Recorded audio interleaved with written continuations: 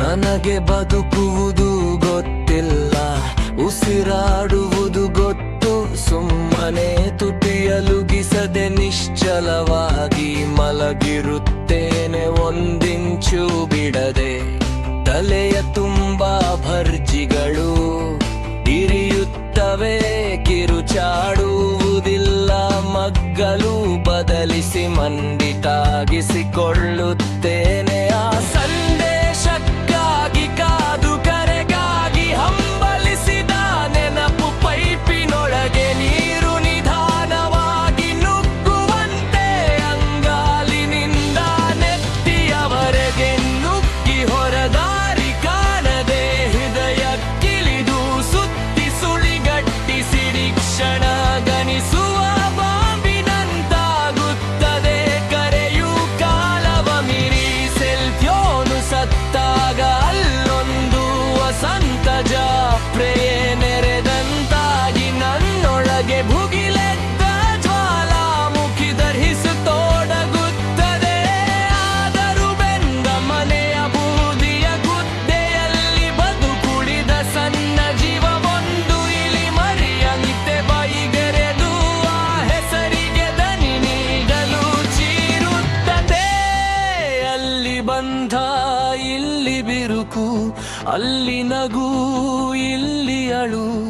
ಆದರೂ ಹಗೆವು ಮುಚ್ಚಿ ಆಕಾಶ ಹೊದಿಸುವ ಕೆಲಸ ಸಲೀಸಾಗಿ ನಡೆದು ಇಟ್ಟ ಪೂರ್ಣ ವಿರಾಮದ ಬಾಲ ಮತ್ತೆ ಬೆಳೆಯುತ್ತದೆ. ಸ್ನಾನ, ಉಡುಗೆ, ತಿಂಡಿ, ಊಟ, ನೀರು, ನಿದ್ರೆ ಸ್ತಬ್ಧಗೊಂಡ ಸ್ಮೃತಿಗಳು ಮಿದುಳ ಬಿಗಿ ಹಿಡಿದು ಎಚ್ಚರ ತಪ್ಪಿಸಿ ಆಗ ತಾನೇ ಕಾಲು ಮುರಿದುಕೊಂಡ ನಾಯಿ ಗಿಮಿ ಗಿಮಿ ಸುತ್ತುವಂತೆ ಅವುಗಳ ಸುತ್ತವೇ ಸುತ್ತಿ ಜೀವ ತತ್ತರಿಸುತ್ತದೆ. ಏನೋ ಬಯಸಿ ಕುದಿವ ನನ್ನೆದೆಯೊಳಗಿಂದ ಅದು ತಿರುಗಿ ಬಾರದೆ ಅವಿಯಾದಂತೆ ಗೊತ್ತಿರುವ ಯಾವುದೋ ಹೃದಯಕ್ಕೆ ಹನಿದು ತಂಪಾಗಿಸಿದಂತೆ. ಅಬ್ಬ ಎದೆ ಬಾಂಬುವ ಸ್ಫೋಟಿಸಿ ನನ್ನ ಮುಚ್ಚು ನುರಾಗಿಸುತ್ತದೆ.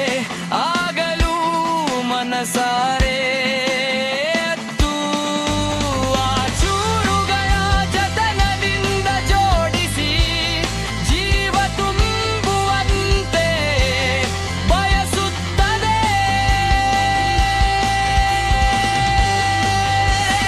ಮನಸ್ಸು ಇದೆಲ್ಲದಕ್ಕೂ ನಿರುತ್ತರನಾಗಿ ಬೇಕಾದ ಫಸಲು ಪಡೆಯದಾಗಿ ಮುಗಿಲಾದೆವು ಬತ್ತಿಯೋಡಬೇಕೆನಿಸುತ್ತದೆ.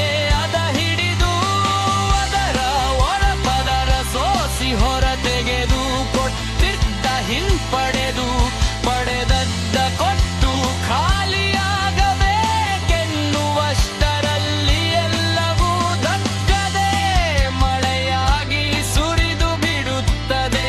ಮತ್ತೆರೆ ದುಃಖದ ಮಡು ಒಳಸುಳಿವ ಸೂರ್ಯ ಸೂರ್ಯನಲ್ಲ, ಚಂದ್ರ ಚಂದ್ರನಲ್ಲ. ಹಸಿರಿಗೆ ಬಣ್ಣವಿಲ್ಲ, ದೊಡ್ಡದೊಂದು ದಿಲ ದುಡ್ಡೆ ಜನನರಿ ರಾಮದ ನಂತರ ಬಂದ ಶುಭ ಸಂದೇಶದ ಕಿರೀಟಾಗಿ ಉಸಿರಾಡುತ್ತಾ ಆಡುತ್ತ ಕೆಂಡವಾಗುತ್ತೇನೆ.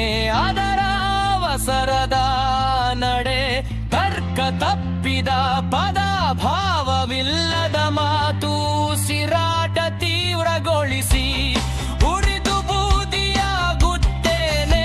ಅರ್ಧನಾಡು ಗಂಧ ಬಟ್ಟೆಯ ಅಂಚಿನಲ್ಲರಳಿದ ಹೂಬಿಲಲ್ಗಳು ಕೈ ಬೀಸಿ ಕರೆದಂತಲಿಸಿ ಎದ್ದು ನಡೆದರೆ ಅದರ ಬಯನಲ್ಲಿ ಹಾಸಿ ಬಂದಿದ್ದ ಮಗ್ಗ ಮುರಿದು ಮೂಲೆ ಸೇರಿ ಹೂಬಳ್ಳಿಗಳು ತುಂಡು ತುಂಡಾಗಿ ಹುಲಿಯುಗುರು ಪರಚಿನಲ್ಲುರಳುಗಳು. ಕುರುಗಾಗಿರ ಹಸಿರಂದು ಗೋರಿದಂತಿದ ಹಲ್ಲಿ ಬಾಲದಲ್ಲರಿತು ಲೆಚ್ಕುಕ್ಕುತ್ತಲೇ ಇದೆ.